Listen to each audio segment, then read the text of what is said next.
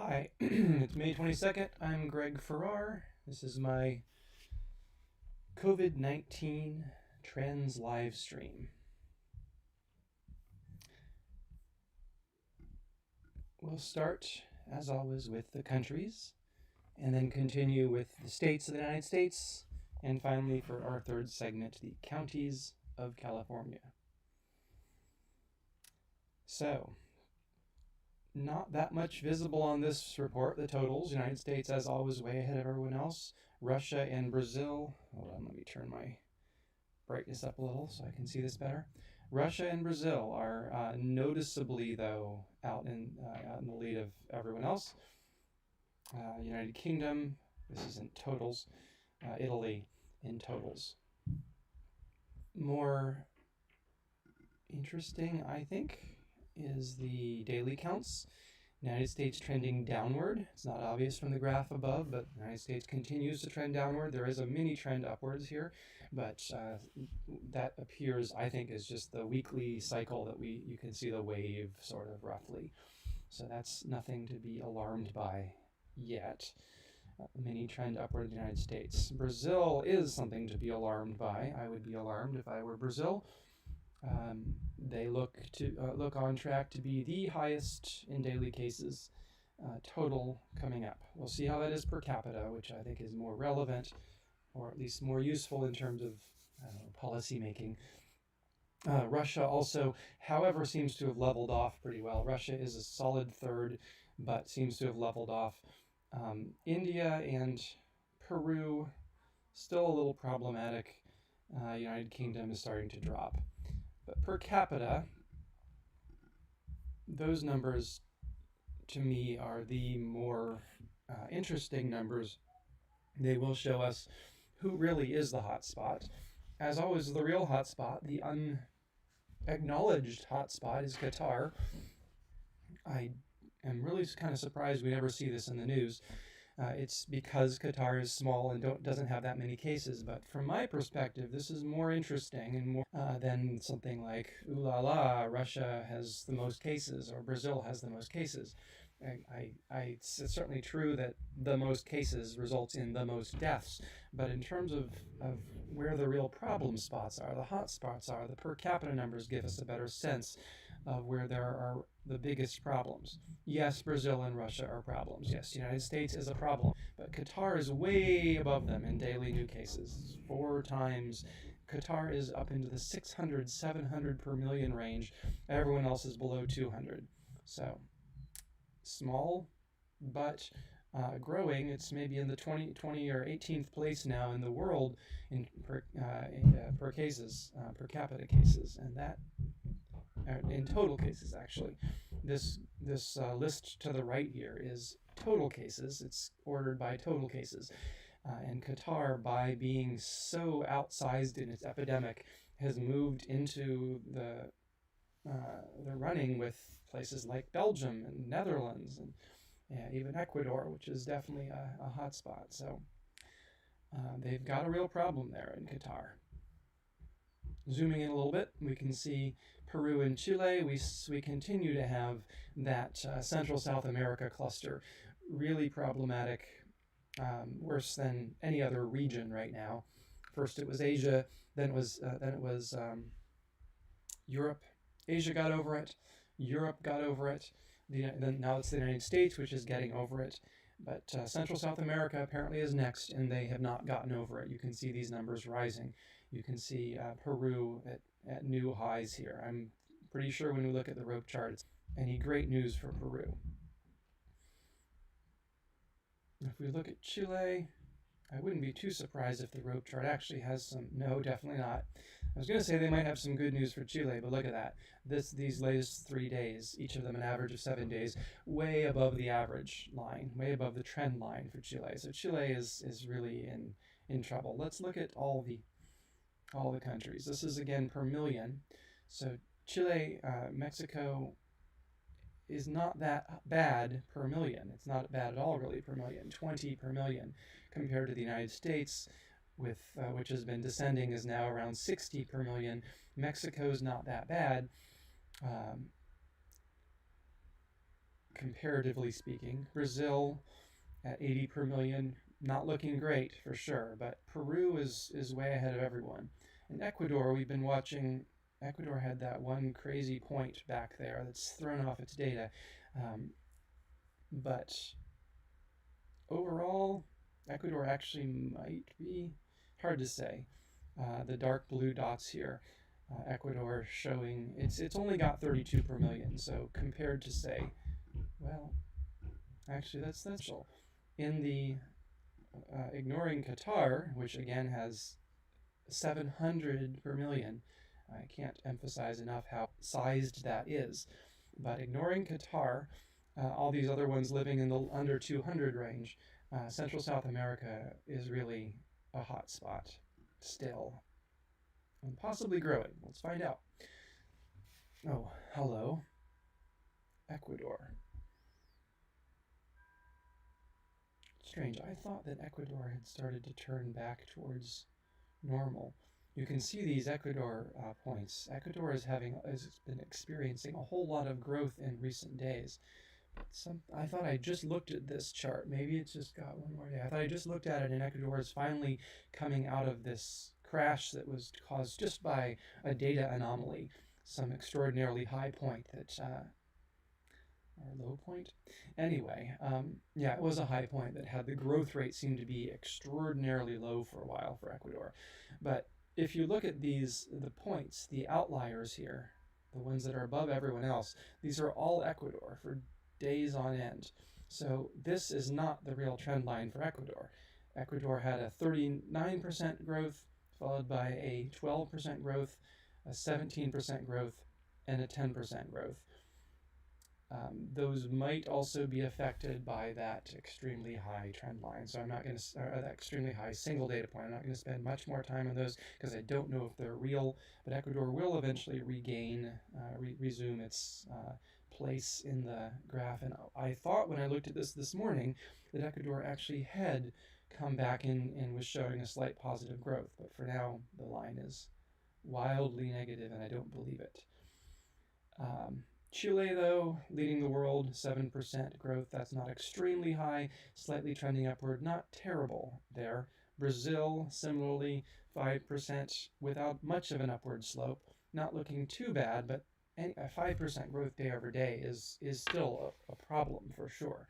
And the fact that it's even slightly tilted upwards means that it's not tilted downwards, which is what it would need to do in order to head back to this zero line here and turn into a recovery situation. So we have a lot of countries, and just a few days ago, it wasn't looking this way. We do have these kind of weekly cycles, and I'm getting the sense that the weekends, the news tends to be worse, and the beginning of the week, the news tends to be better. Even though I've switched to this 7-day moving average, we still have a way that the countries and everything else goes up and down a little bit, at least on a weekly basis. So the countries, I believe, were looking a little better than this just a day or two ago. 3 days ago, I think I did my last one. Actually, I've done two days without a live stream, but still, we'll keep an eye on it. But what we want to see is everything below zero. All the countries have got to go below zero before we can say we have a global recovery. So the countries that aren't recovering in any sense, I mean, just very slightly downward trending, but really this whole cluster is pretty bad. Chile, but I mean, it's bad, but not terrible. Chile, Brazil, Iran. Who's that other one? Bangladesh. Just popping into our top 25, Bangladesh. Maybe a new upcoming epicenter, but still pretty small in total cases. Saudi Arabia, Mexico, Qatar. Qatar is still growing. Pakistan and Peru. Quite a lot of representation from Central South America there, but not by no means exclusive. We have quite a number of Middle Eastern, Saudi Arabia, Pakistan, Qatar, and then there's Bangladesh. So I need to do a little bit of a history lesson for myself, just to remind myself where Bangladesh is. Okay. Okay, yeah, east of India. So Bangladesh. Um, Bangladesh is we'll see where it goes, but it's still small and not worth because of its 25th place in total cases. A lot of discussion at this point. We'll watch and see if it becomes a new Qatar that moves on up and up and up. Sweden, worth taking a look at. Sweden, which has taken a pretty mild approach to the to controlling the epidemic, still has managed to have a negative growth, very slightly negative growth. Flat. Sweden's doing okay. It's in this lower cluster. We really have two clusters here. We have the ones that are roughly horizontal and zero, and we have the ones that are roughly horizontal and below zero. Worth noting, Iran is showing acceleration. Also worth noting that is showing a solid deceleration. That's especially notable because Russia has been in the news, but Russia is looking good right now in both ways. Russia is showing a downward 3% drop every day in new cases, and it's showing an acceleration downward. So Russia is looking good. Iran is looking bad. And then the rest of this whole cluster is looking kind of bad, and the rest of the cluster is looking kind of good. We do see some acceleration downward for the United Kingdom. So it's a mixed bag here for the countries. And if we look as a whole, not looking so great. The upward trend is only 1% on daily new cases, but it certainly is not dropping in daily new cases. It appears to be growing at a slight rate, and the growth rate is very slightly growing. So the world certainly has not recovered yet. I think that there is something weird with the population graphs today. Let's see. Yeah, there's something weird with the population graphs. I was looking at this earlier. The data is just screwed up. The input data I was looking at earlier because these numbers aren't right. Like where is our Iceland and the totals? Well, maybe it would be here. And I looked at it and it just didn't look like any of these numbers were right. So I'm not going to spend any time on this right now. I think the input data is screwed up. It may be that they've switched from daily reporting or from total reporting to daily reporting, even though they're still calling the number total. It may actually be a daily. It seems to be more in the realm of daily, but my reports assume that the total tested is an actual cumulative total. And if they've changed that, I'm going to have to eventually change my graphs. But I think they may have made a mistake and they'll correct it, and then my graphs will start to look right. So for now, we don't have testing data by country, but I can say pretty safe with some confidence that countries are testing more and more, and that all of them are testing well. All in the top 25 are testing well. Testing has been picking up. It's been going here for months, better and better, and we'll see this at the state level too.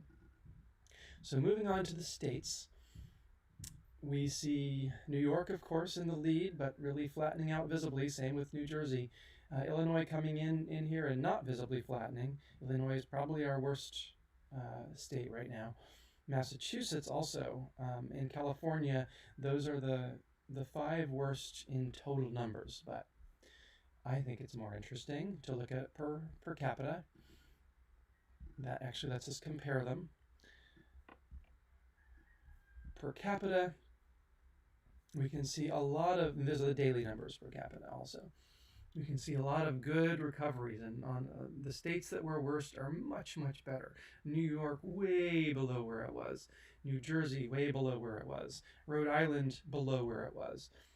Massachusetts, also. All of those 6 weeks ago peaks are gone.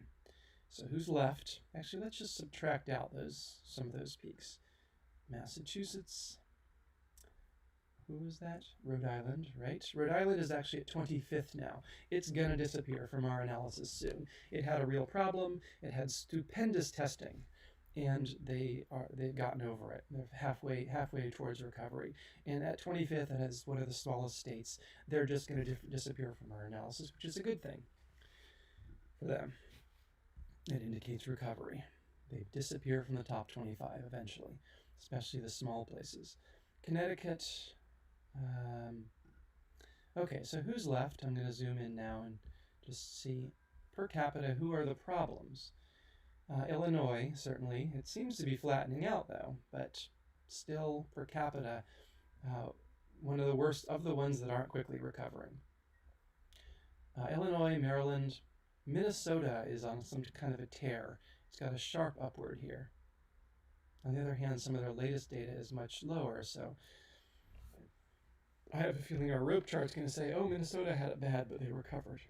They're recovering. Iowa, Virginia, Wisconsin. The rest are looking pretty good. So that's it. Illinois, Maryland, Minnesota, maybe, Iowa, Virginia, and Wisconsin. Everyone else is looking quite good. Cases per million in the 50 roughly range for everyone else. Remember, Qatar is doing 700. Except for these few five, everyone else here is below 100. Looking pretty good per capita. And I'll just flash California because, again, I just had this realization a long time, a week ago.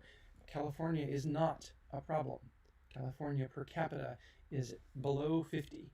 And so, no, the Los Angeles is growing badly, or San Diego, or Imperial, but California as a whole is just nowhere in the running in terms of per capita cases. It's doing very well. It's way down here towards the bottom, the very bottom. Indiana, I think that can't be right, but it just hasn't been reporting for a while for whatever reason, or we haven't been collecting. Washington, Florida, Michigan, Tennessee, Ohio, and then California. So it's number 20 or something in the 2019 maybe in the top 25. It's got 20 states that are worse than California in that sense of who has the most per capita daily cases. Let's look at the rope chart though. Always interesting. Always my favorite graph. Where are we going? Where are these states going? Very interesting, strong showing here by Minnesota. Minnesota really had a really bad growth rate for a while there, up in the, well, it's actually not that bad. In the 7, bad, it used to be 20%. We'd see places with 20% daily growth. No state is anywhere near that. Minnesota was at 7%. Everyone else is below 5 and has a long time. All the states have been below 5% growth for weeks. So that's good. Minnesota was the only exception. Suddenly, sharply trended downward. Minnesota is now turning the corner towards negative growth. Minnesota is starting to look good after looking quite bad. Ones we've got, and again, none of these are terrible. Florida, North Carolina, Louisiana, and Texas all are positive. They're seeing new growth every day, and they are headed upwards in their growth rate. So maybe they'll get to 20, but I don't think so. I don't think they'll even get to 10. I think they're going to peak around maybe like Minnesota. But those are the worst. Nothing too bad among the states, but those are the worst. Georgia, 1% growth, trending upwards. It's not what we want to see, but not a big deal at this point. Notable because Georgia was one of the ones to open a little more strongly and early. And it maybe is paying a little bit of a price for that. Maybe that's why it's trending upwards now. But it's not showing a sharp upward trend, certainly. Wisconsin is coming back. California is showing a very slight growth, but it's pretty flat in the change in its growth. Percent growth, flat. California is not getting better, but it's not getting worse. It's right around 0. The ones that are doing well are Michigan, with 5% reduction every day. Iowa with a 4% reduction, but sharply downward. Another sharply downward is Illinois. Illinois with a 2% reduction every day. Not super fast recovery, but it is increasing. And New Jersey. So there's a cluster around 0. As a whole, the state seems to be at equilibrium. We need to see all these go below 0. The states, the country is at equilibrium. All the states need to go below 0 before we can say we have a nationwide recovery. And I've kind of been expecting that for a while, but it's not happening. We're not recovery. We're just holding steady. My best guess is there are at least 2 major factors that are fighting the natural recovery that we're seeing. One of them is testing. We're seeing testing accelerate, and it may be that some of these upward trends are just the continued pressure of finding more and more cases as we test more and more people. I hope that's why we're seeing these upward trends and why we can't quite seem to pull below 0 as a nation. The other is a legitimate underlying infection increase. And that could be happening because states are gradually releasing the restrictions. That does, in my, I can almost say expert opinion at this point, just having looked at a lot of these graphs over I do have the sense that the lockdowns give us a couple percentages of growth rate or of infection rate, that they help. The lockdowns seem to help. We have some interesting news from Sweden and UK. We're finally starting to get some of the antibody testing back that's been done on a general randomized basis. Sweden, I think, showed some percent of its population affected. Has been 7% of its population has had the virus. Now, one major media outlet trumpeted this as some sort of a failure of their herd immunity strategy. But Sweden didn't have a herd immunity strategy, as that very news outlets said in its story. I would almost say admitted in its story. Sweden didn't have a herd immunity strategy. They were just saying, let's not much. We think that we'll be able to keep this under control with a little bit of common sense. And so they ended up with 7% of their population infected and recovering, as we've seen. It's just barely, slowly, they're close to recovering. So we may not see Sweden ever rise much above a total 7% infection, whereas the UK, right across whatever that is, the North Sea maybe, the UK has something like a 5% infection when you look at the whole country. The UK, having done a more serious lockdown after first flirting with the idea of doing a Sweden, they got serious, they locked down, and they kept their infection rate down to 5%. So that may be the sort of results we can see from a lockdown. And that certainly saved lives. That's 2% of a country is a lot. Whether it's worth it, given the downsides of lockdowns, it's politicians to decide on their own. I have no particular position on that, but it is worth noting that some of the data coming in is suggesting do help, but only a little. Georgia, then, having not locked down quite as much, and we'll flash Colorado here too. Colorado having locked down not quite as much. Both of them are in this middle cluster. They're not one of the real recoverers. They're not one of the worst. We haven't seen outrageous from Georgia or from Colorado, which locked down weeks ago. We would have seen cases by now if that were going to be a dramatic upswing. But I do believe that Colorado and Georgia probably have more infections because of the approach they took, and have more deaths because of the approach they took than some of the heavier lockdowns. On the other hand, here's California, which has done quite a hard lockdown, and they're actually doing Georgia is and right around where Colorado is. So not proven this hypothesis that help. But Illinois is doing better, and is it Michigan? Some of these recent, where is Michigan? We were really worried about Michigan. It doesn't seem to be a problem. Best in the country right now, at least in the top 25. We were really worried about Illinois. They're doing fine. Louisiana, we were really worried about Louisiana. They're not doing fine. I don't remember mentioning that. But Louisiana is the worst state right now. It's not terrible, but it's bad. 4% daily growth and rising. It's as bad as it gets in the United States, in the top 25 at least. North Carolina is kind of similar. Texas also doing pretty poorly with a 3% growth and rising. But again, that could be because testing is ramping up in all these places. Let's look at testing. Rhode Island, as always, blowing the doors off with its testing, and seems to be doing well because of that. Though, well, it's okay. It's about flat, but it had a real epidemic there. It's interesting. This always brings back this question of, did it have an unusual epidemic? Let's turn all these on. Did it have an unusual epidemic of actual underlying infection? Or is it just because it was testing so thoroughly that it caught them all and really didn't have any more than any other state?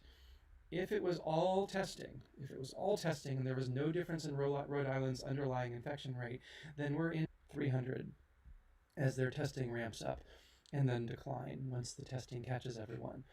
I hope that's not the case. I hope there isn't um, that all these states don't have a spike, or it won't even be a spike, just a gradual rise of infection ahead of them until they hit that whatever 200, 300 place that Rhode Island got to earlier just through testing.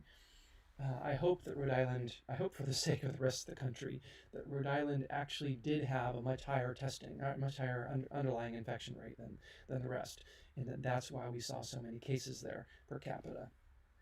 In which case we won't see anything like that elsewhere, except New York and New Jersey, which have also gotten over it. But if it was all because of their extensive, super high testing, then we are going to see a future rise in cases for weeks to come, really, before other cases hit. Where was it? It was something like when 10% of the population was tested. When did Rhode Island peak? Rhode Island peaked around April 24th. Wow. Okay. Interesting. Actually, this is good news. Rhode Island peaked around April 24th. And if you project that forward, there are actually quite a lot of states that have now reached that level of testing, the testing where Rhode Island was, like Illinois. And so we could, if it was all testing that got Rhode Island over, that got it to its peak, that discovered all those cases and caused the peak and caused it to drop, if it was no change of underlying infection, then all these other states will be peaking now, or have already peaked. I would say New York should have peaked in the 26th or something, which it did peak. I think it was before that. But none of these states should have to worry that they have a giant spike ahead of them due to testing. That somewhere around the 4% line, Rhode Island got its epidemic under control. And so maybe that's the new goal, 4% total tested. Anyone can be a Rhode Island, and you can see that a lot of states are, maybe the majority even, or maybe not quite, but a lot of states are above 4%. The 4% was about when Rhode Island peaked 4% testing, and hopefully that means that the peaks are behind us for all these states, but not for all these states. Let's just go with this theory that I'm building on the fly and say, are Arizona and Ohio, are they still rising? Wisconsin and Texas, we know that Wisconsin is. Minnesota isn't, though. It's dropping. Indiana, Florida, California is still rising, probably. Iowa, Maryland, Michigan. What's Michigan doing again? No, Michigan isn't rising. The correlation isn't obvious, so I'm going to abandon that particular theory for now and just say Rhode Island is testing great. Everyone's above 2%, which I think is a great testing number. A lot of them are above 4%. And there's a whole cluster here that is sort of in the 2 to 4 range. So all the states, I think, are testing quite well. We will see whether we have peaks ahead of us for some of these. Some of these ones that are like Illinois, which is now our highest in per capita cases and has not visibly peaked here. And no, that's Louisiana, Illinois. Louisiana is looking pretty bad, but Illinois is on the rope chart is actually probably has already peaked. Yeah, well, we got a mixed bag here. But looking at the rope chart of the states as a whole, there are a lot below. I'd say more below than above. We have a few running away, but a lot that seem to be recovering, and then a lot are just hovering around that zero line where we don't know where they're going. Percent of population tested by state. Didn't we just do this? Daily. This is the daily testing. Yeah, and as always, we see the trend on daily is very good. Every single state, with the odd exception of Washington, which I don't quite believe, maybe just a data problem, but maybe Washington is really testing less and less. Every single state is accelerating its testing, more and more testing every day, some of them very strongly, like Connecticut. Rhode Island even, which is way ahead of everyone, still accelerating. Massachusetts, New York, accelerating. California, we see, is now in the middle of the pack. I think when I started every day I would complain about how terrible California's testing was. It's average now, so that's a lot better than terrible. However, there is this 1.15 number that's thrown around by certain governors saying if you're testing above 0.15 every day, then that's great. That's good enough to open up anyway, good enough to think about opening up. There are other factors too. If we look at the states that are doing that, we can see Michigan has just gotten into that range, into the elite daily testers. Michigan is there, Louisiana is there, Illinois is there. Connecticut, New York, Massachusetts, and of course Rhode Island are all meeting that criterion, which in California isn't, in Colorado isn't. I think, in fact, Colorado is maybe the latest whipping boy here. If we look at since I can't complain about California's testing anymore, Colorado's, which is relatively terrible. Colorado testing 0.06, remember 0.15 is mark. No, that is not what California is doing. And Colorado, quite badly compared to other states in testing, which is particularly alarming because they're letting people hang out in groups of 10. You can go and hang out with 10 friends, no problem. We're doing great. You might think that they would be saying that's why you can do that, but no, they're just saying that. Let me look at the road chart for Colorado. I think I looked at this already, but just to see again. And yet Colorado is doing okay. They're still shrinking in daily cases. So again, there's this sense, the more I look at the data, the more I get this sense that the precautions that we're taking, or at least the ones that are being ordered, are not having an obvious correlation to the numbers of infections, suggesting that the may not be effective, or at least not very effective. A couple percent, 7% versus 5% of your population gets infected. It's a big deal, and it kills a lot of people. And at the same time, it's not what I would have expected when I started this project. I would have thought, you'll get 70% infected if you just don't lock down. You let people do whatever they want. What seems to be, what I'm starting to feel is that if you tell people, no, really, you should stay inside. As they say in Colorado, safer at home. Safer at home. It's safer if you stay home. You will be less likely to get infected. Please, everyone, stay home. But we're not going to make you. That's where it seems like it's a reasonable line. We're not seeing terrible results from those states that say we're not going to make you. We're going to let you make your own decisions. That doesn't seem to be a terrible strategy, and I might have guessed that it would be. Okay, but Colorado, anyway, is in the doghouse with its testing, and yet somehow seems to be shrinking in cases. Ohio, yeah, and a lot of others are also doing not so good. All these ones down here, I'll just run my cursor over them quickly, and you can freeze the video if you want to see. The cursor may pick up dots. If you see a dot, let's see, a trend line is different from a dot. How can you tell? Okay, yeah, if it says Loez trend line above it, that's the trend line. That's what I'm trying to pick up. If it's just a dot, that's a single day and is not necessarily useful. So look for the trend lines if you slow down the video. The single dot is just a single data point, which we don't pay much attention to. We want to get a bunch of them together before we really say it's a trend. The other fun thing, new here, fairly new, is the percent positive by state, the number of tests that are positive. Worst is New Jersey, where every time they test someone, there's a 28% chance they're going to be positive. That's pretty bad. New York also, they keep testing at a very high rate, and they keep turning up people, 22% positive.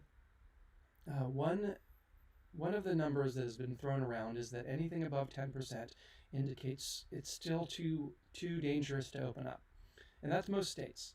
There are only a few that are in the elite 10, or some say 8% range. But I'm going to make a mark at 10, and I'll start from the top. The ultra elite, the ones that are meeting California's heightened standards of 8% or less, saying every time you test someone, only 8% come back positive. Tennessee, California itself meets its own standards, which always kind of amazes me. It's doing really well, which doesn't align with my sense that California isn't doing that well. But in this metric, it's doing very well. It's testing a lot, and it's finding very few people. And of course, as I keep harping on, the other way that California is doing well is it has very few cases. Very few cases. It is very low per capita compared to other states. So California is doing well in a couple ways. And this kind of points to that as well. If you test and find very few cases, you will have very few cases. And so California has very few cases. Washington's also doing well in this way. Texas, Florida, also a little surprising to me, and North Carolina, and I'm going to say Wisconsin just reached the elite. Its trend line hasn't caught up yet, but obviously the trend line has crossed, the real trend line, the eyeball trend line, has crossed that mark of 8%. So Wisconsin is doing well. Now the second tier, those that have exceeded 10%, Arizona and Georgia. Georgia just getting there, dropping sharply. Georgia is looking good in the percent positive. So the rest not so much. So what is that? 10 out of 25 are doing well. The other 25 not very well in the percent positive metric. There is still a lot of testing. It's still a good thing that New York and New Jersey are doing a lot of testing. They just have a whole lot of cases. I think I heard something like 15% of New York, or at least New York City, probably has had the virus. So there are just a lot of cases to be found there. It's kind of amazing to me that with the amount of testing they're doing and this high testing rate, that they still are dropping in new cases. They were really bad for that to be the case. And in fact, if you look at the new cases per million, New York is still, it's good for sure, but it's not in the lowest tier. It's getting there. New Jersey as well. It has a lot of states above it per capita at this point, but it hasn't dropped to nothing. And it's a very big, very populous state, so having that many per million does result in a lot of cases. Let's move on to the counties. I'm going to reload this because I think it's going to give me trouble if I don't.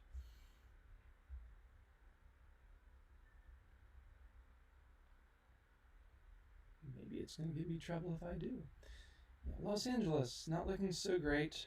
Obviously way above everyone. Riverside and I guess San Diego are the second in total cases, and followed by Orange and San Bernardino. Let's move on though to data per capita. This I think is the one that really lets you say, how well is my county doing? Imperial still stands out, but I believe we're sensing a recovery on Imperial.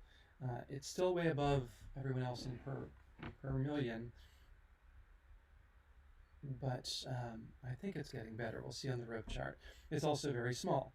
Tulare, Los Angeles, still doing quite badly per million. There's this whole cluster of counties that aren't doing too badly. Recall that Qatar was at 700. So that's sort of a benchmark for really, really terrible. 700 per million. Nothing like that anywhere here. Nothing like that. We had one day of Santa Barbara that was anything like that. But that was an exception and probably an outlier and probably doesn't mean anything. As counties in California, as I keep saying, California does not have very many cases. The counties, even Imperial, which is way above the rest, is only 150. Los Angeles at 100, not 700. Kings, Fresno, San Bernardino, we are all in the 50 range or less than 50. These are all, from one perspective, doing great. Less than 50 cases per million. If we look at the rope chart, we have this other sense of how are they doing in terms of where are they headed. Because starting from 50, if you have 20% daily, you can get to 700 pretty quick. So is anyone doing that? Well, Marin is the worst, but they're very small, and I don't usually try to spend too much time on very small ones, but Marin has gotten into the top. They're small in terms of total cases. They've gotten into the top 25 by repeatedly, I'm going to zoom in on them specifically, by repeatedly having some pretty high numbers. 3 days in a row, 40% growth, 33% growth, 25% growth. Again, 20% growth is rare. It's exceptionally bad. If we see that sustained, or even 10%, that is a real sign of a bad epidemic happening. We very seldom see that. So 3 days in a row is definitely something to look at. But again, few cases, therefore doesn't necessarily, it could just be an outlier just because there's so few cases. At one nursing home in Marin, everyone gets it, and suddenly we get these terrible numbers that then very quickly recover. So we'll probably see, in fact, in what I just showed you, the recent days aren't as bad. We probably will see Marin turn back. Sonoma also looking a little bad, but less than 10%. Imperial still rising a little bit, but flattening out some. So Imperial just keeps going. It just keeps going. Let's look at Imperial again. I spent a lot of time on Imperial, and with cause, because they're, for months now, they've had not many points below zero, but a whole lot of points that are just these really large. Some of them aren't too bad. Some of them are around zero. Actually, those are literally zero. Some of the data may be missing, but we have these 40% days, and just recently, a 30% day. And so they just keep marching up. They only have 2 or 3 million people, but they just seem to be on determined to infect every single one of those. Let's see where they are in total cases. I think it's still tiny. This is new cases, 100 a day. But the graph really looks quite bad, but still only 1,000 cases. So way under 1% certainly is infected right now. But they just have this trend that has us keep looking at them. I'm going to move on because they're very small. They don't have that many cases. They're nowhere near. Herd immunity would have them with hundreds of thousands of cases. Instead, they have 1,000. So they're the worst in their trend, but they still have a long time to go before they start looking like Qatar. California is looking good. We have very, very few cases. So all this talk of growth, it's looking at these very low numbers and saying they're rising, which, okay. But if unless they persist at it at 20% for weeks and weeks on end, California is never going to be a major contender in per capita cases. And so neither are any of its counties. Contra Costa, San Joaquin, these are all looking a little bit bad. You look at the rope chart overall, it certainly looks bad. Like the rope chart looks bad. All sorts of counties are above zero and rising, and very few counties are dropping. So California as a whole is not looking good. It seems to be rising. Hopefully that's just because our testing is rising. We're testing more and more people, we're catching more and more cases, and plus I think we're in that part of the weekly cycle where things look worse, and they'll probably look better on Tuesday, but still, you look at the rope chart today and you say, well, this is definitely not the rope chart of an obviously universally recovering state. Let's look, though, at the top 5 counties and just see if we get a sense that that's any better. No, not really. There's nothing exceptional here. There's no 20% growth anywhere. But Riverside is growing and rising, growing and accelerating slightly. Alameda is growing and accelerating very slightly. Orange is growing but heading towards zero. San Diego is looking good. And then there's Los Angeles, which is still growing 1% a day, but flat. So California's counties, none of them looking great. I mean, I guess San Luis Obispo is looking great. 6% drop every day and dropping. Solano and Monterey looking great. Interesting that Monterey's even here, though. They must have had a little bit of a run. By the way, I did have the opportunity to look at Santa Cruz County yesterday. It's nowhere near the top 25. It's 35th or something. Used to be here, but has dropped away as all the other counties have shrunk.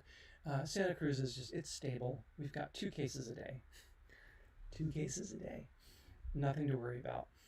No sense that it's accelerating, but it's not dropping either. But when you've only got 2 cases a day, there's not too much dropping that you can do. 2 deaths total.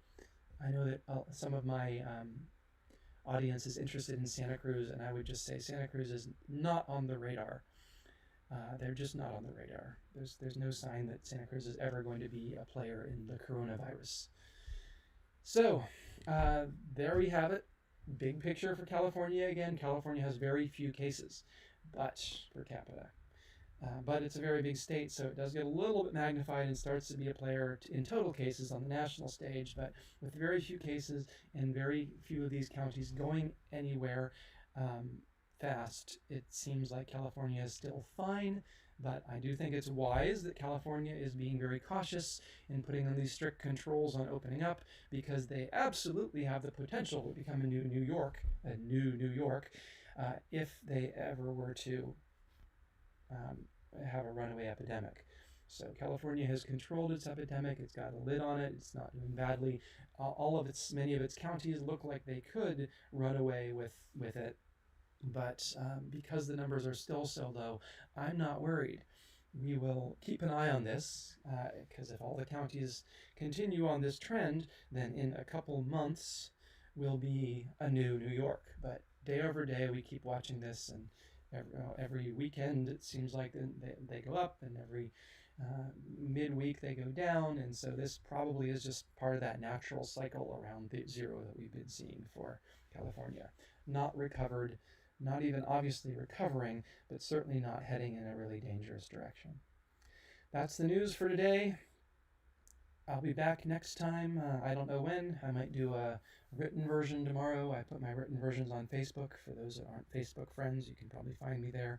I tend to just to do a written version every other day now, and a video version every other day. So the next video will probably be on Sunday. Thanks for listening. I'm Greg Farrar.